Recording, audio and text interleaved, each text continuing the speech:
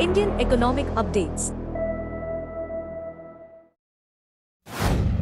Consumer goods firms are experiencing significant sales growth this quarter compared to July to September 2023, driven by favorable monsoon conditions, lower inflation, and strong festive stocking, signaling a recovery from the recent slowdown. The FMCG sector is seeing a revival in both value and volume sales, boosted by rising rural demand. However, analysts warn that volume sales may face challenges due to impending price hikes, particularly in categories affected by higher import duties on edible oils. Despite this, the overall FMCG market is projected to grow 12% by value in this quarter, compared to a 2.3% decline last year, reflecting improving trends from rural areas and favorable conditions. In the first half of September, foreign portfolio investors injected 12,253 crore rupees into the financial services sector, reversing a similar outflow from August. Nifty Bank and Nifty Financial Services indices rose by 6.13% and 6.95%, respectively. FPIs pulled 64,932 crore rupees from the sector between January and August. A US Federal Reserve rate cut and attractive valuations spurred inflows.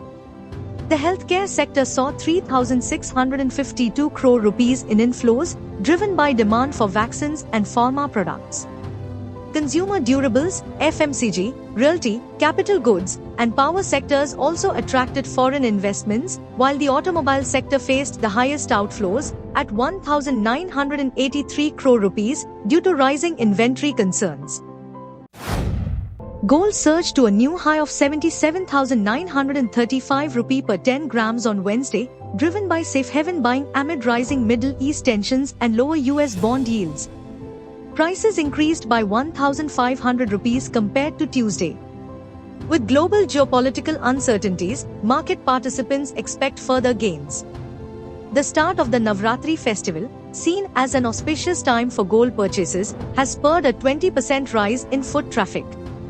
Demand is strong ahead of the wedding season, leading goldsmiths to extend their work hours. Analysts recommend increasing gold investments from 15% to 25%, as gold is now providing annual returns of 18 to 20%, driven by US rate cut expectations. India's electronics manufacturers are closely watching the US presidential election, hoping for stricter tariffs on China to shift production. Many favor a return of Donald Trump, who has promised to impose 60% tariffs on Chinese imports, including laptops and smartphones, potentially redirecting production to India.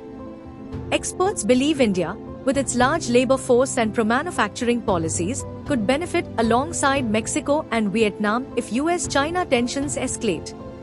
India is already attracting investments from Chinese original design manufacturers and global players like Apple, which is expanding its iPhone production in the country, aiming to reach 20 to 25% of global output by 2027.